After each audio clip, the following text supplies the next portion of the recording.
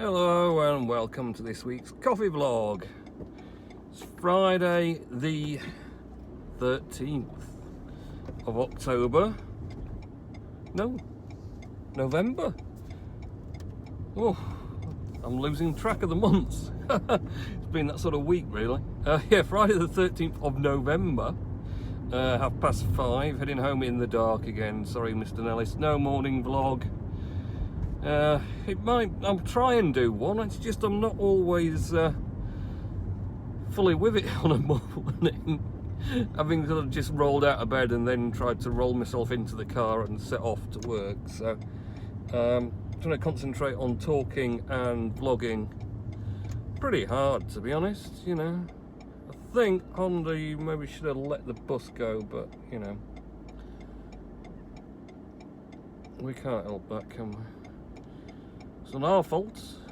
It's not our fault. So, yeah, been kind of a mad week. Really busy roasting. Most roasting I've done ever.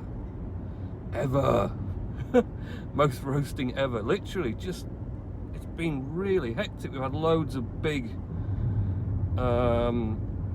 commercial orders and sold loads of little amounts as well, so there's like a double whammy there of orders going on.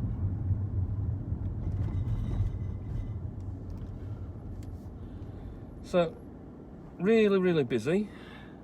Warning, band radar. Last weekend, it's a bit funny really. I got rid of most of my parcels last weekend, which I've just done again at Windsor's. I had a couple left, and then I thought, oh,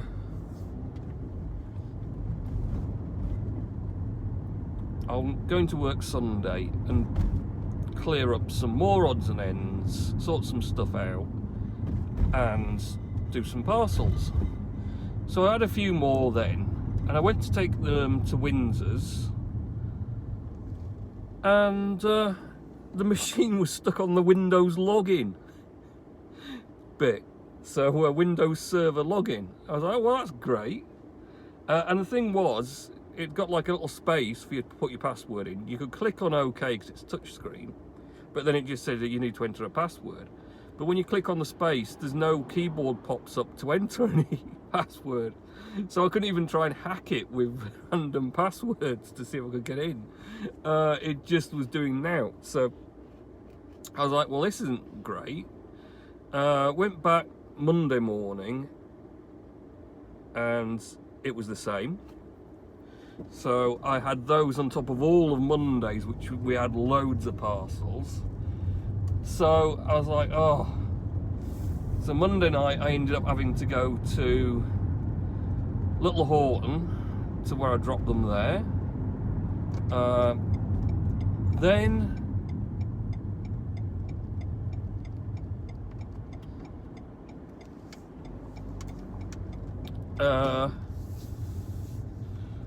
to my local one up the road to get rid of another load. And then Tuesday morning I tried Windsor's and it was working again. Oh, great, it's working again. Got one parcel in and it said it was full. So I was like, oh, that's not great then. Oh. So,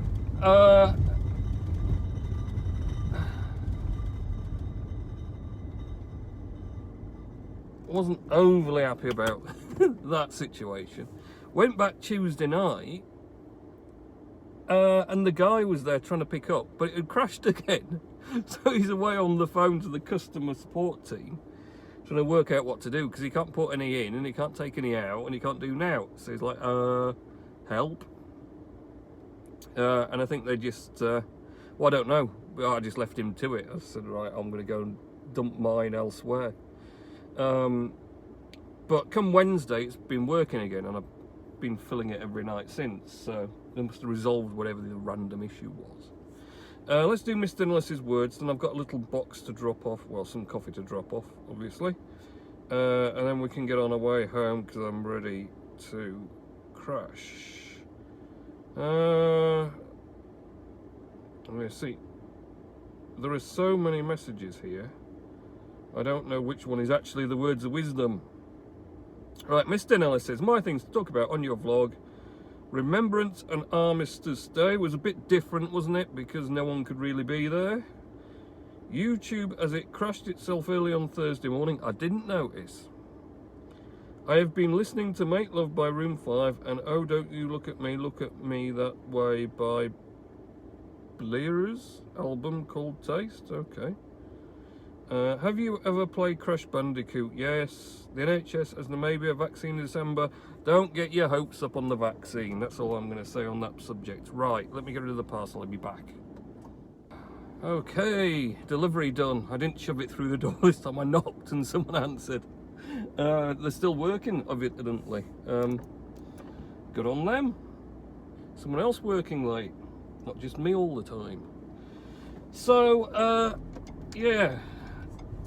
The old coronavirus vaccine is the thing everyone's talking about now, because some pharmaceutical companies come out with one that's supposed to be 90% effective. Am I convinced? Not really. There's so many problems around it, that's the thing, isn't it? A, who's going to foot the bill for it? Because you can guarantee it isn't going to be cheap.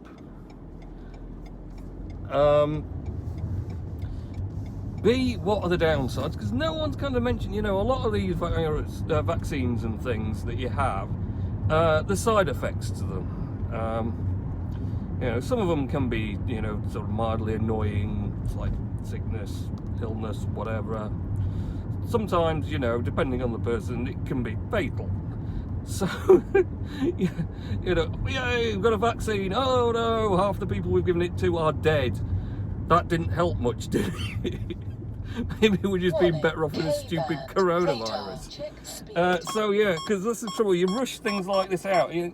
What sort of sample of people have you done? Because not everyone is the same, strange enough. We don't know, we're all organic beings, but we're not all the same genetics and everything else, and things affect people differently in different ways, and it's the way people can not have paracetamol, or sometimes they can't have any sort of antibiotics of certain types because they have adverse reactions to them. So yeah, this sudden, oh yay, we got a vaccine, the world's going to be much better now. No, it isn't really. Hardly anyone's going to get it. It's going to cost a fortune, which the already beleaguered government will then just pass off as even more taxes.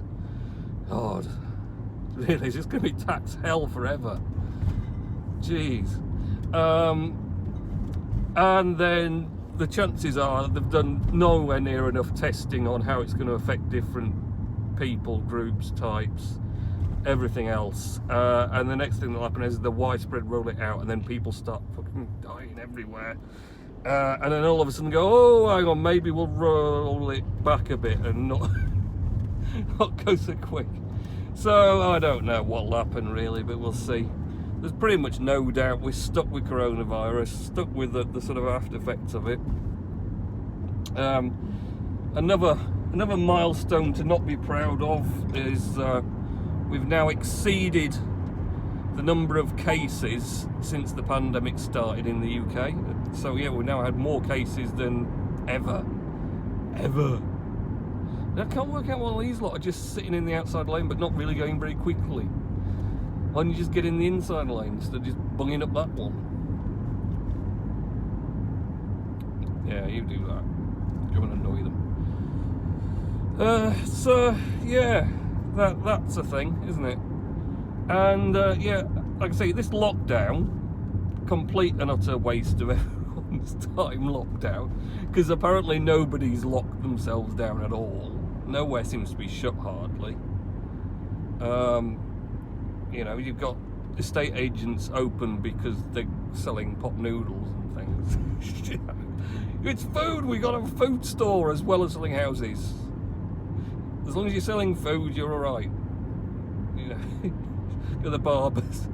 We've got a tray of Mars bars, we're selling food. It's complete and utter ludicrous, really is.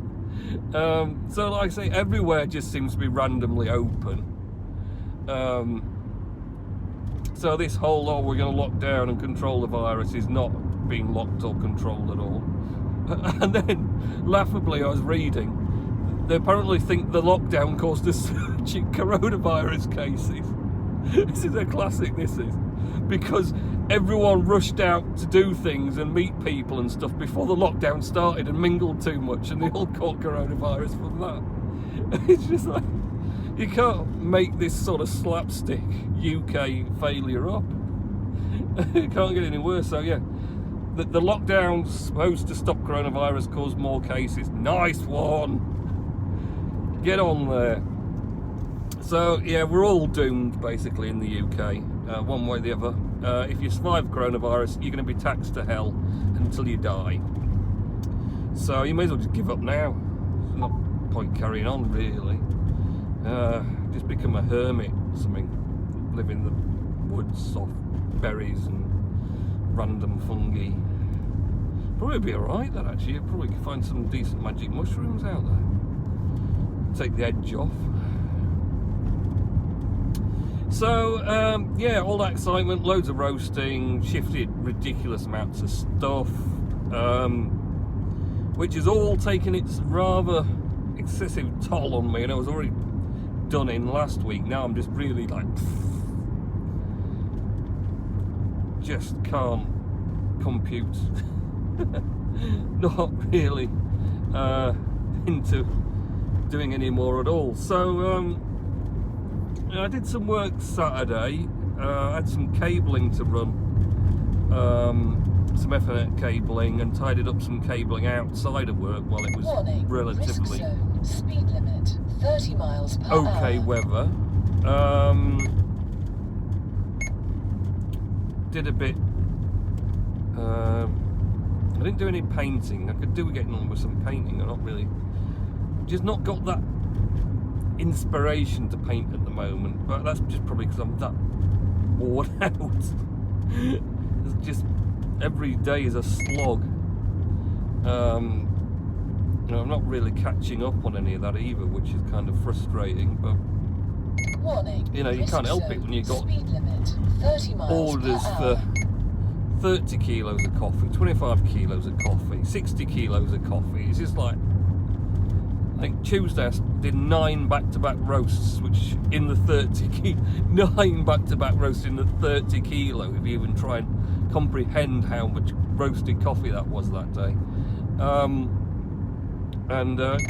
was just, it's amazing really, considering I'd run it 4 times on Monday and 9 on Tuesday, and then on Wednesday I was packing coffee and roasting coffee on the 5 kilo, packing and grinding and roasting. Oh goodness. And I did a load of batches on the 5 kilo, and I still got more roasting to do now Monday before we even start building up new orders, even though I've got like the world trade deficit of roasted coffee. But there's always something, like someone's ordered some Rwandan today and I've only got half a kilo left and not a kilo, so I'm gonna roast some more Rwandan. It's just like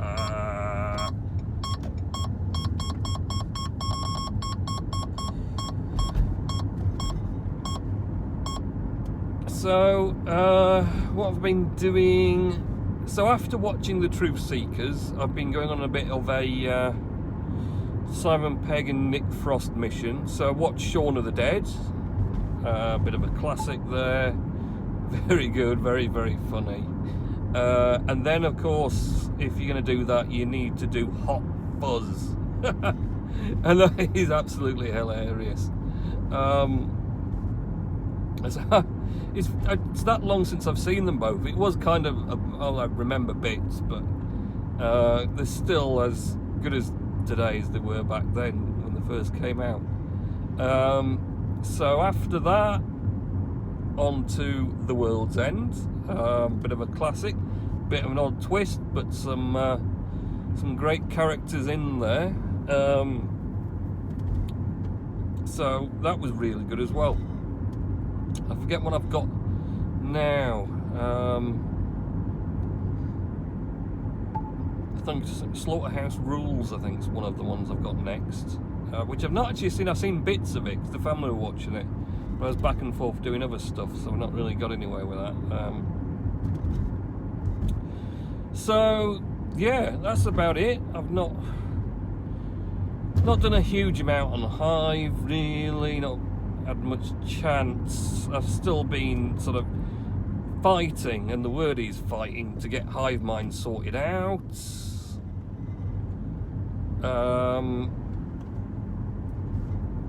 It's just such a pain. I've got a complete fresh install. I've got one running, but it's one of the oldest builds where they had some issues with some things. So although it works, some things don't work, so it's not ideal. But I've been avoiding scrapping it and restarting it because that takes my whole node out when I do that. So no one can access anything, just for a few things that aren't quite working, right? Which I don't want to do, because it's not a quick task to do it. Even catching up with a database dump that's been pre-done, that takes quite a long time to import into Postgres, because my servers aren't fast, but you know, they're cheap and no one's paying me to do this, so they're going to be cheap. So that takes ages, and then you've got to do a database upgrade, then it's got to catch up and sync, and that takes a while because it has to re-index everything once it's done some catching up and stuff. So on the whole, it can probably take the best part of a day to go through all this process. And now you're also not accounting for the fact that, like, I've done a brand new fresh install on a different server at Hive Mind today, imported the database, fine. Did the database upgrade, that worked fine. So I was super happy. Built Hive Mind and it said it couldn't find it. And I built it again, it said it couldn't find it, and I got confused. And then I built it with pip instead, which you're not supposed to do, and it found it, so I was kind of like, oh, I fixed it. But then as it was syncing, it got to something and then spat out an SQL error and crashed. So I reset it off, but it takes forever to get to that point, but I have a horrible feeling it's going to crash again, which I suspect it's how I built it, so I'm going to have to rebuild it all again. And also then hope that it hasn't actually cocked up anything in the Postgres database, otherwise I'm going to have to dump that, well, drop it completely and then re-import the dump. It takes forever. So this is why I didn't want to kill the one I'd got running. I wanted to get a second one going, because it did take me forever. Some dodgy characters loitering in my doorway. It took forever to get it done, and I don't want to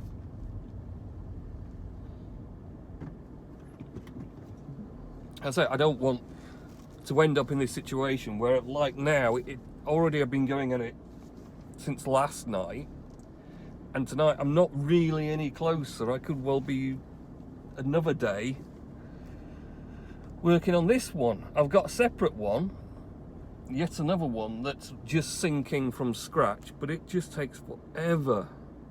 You see, that's better, syncing from scratch, just having it pull the block log bit by bit, but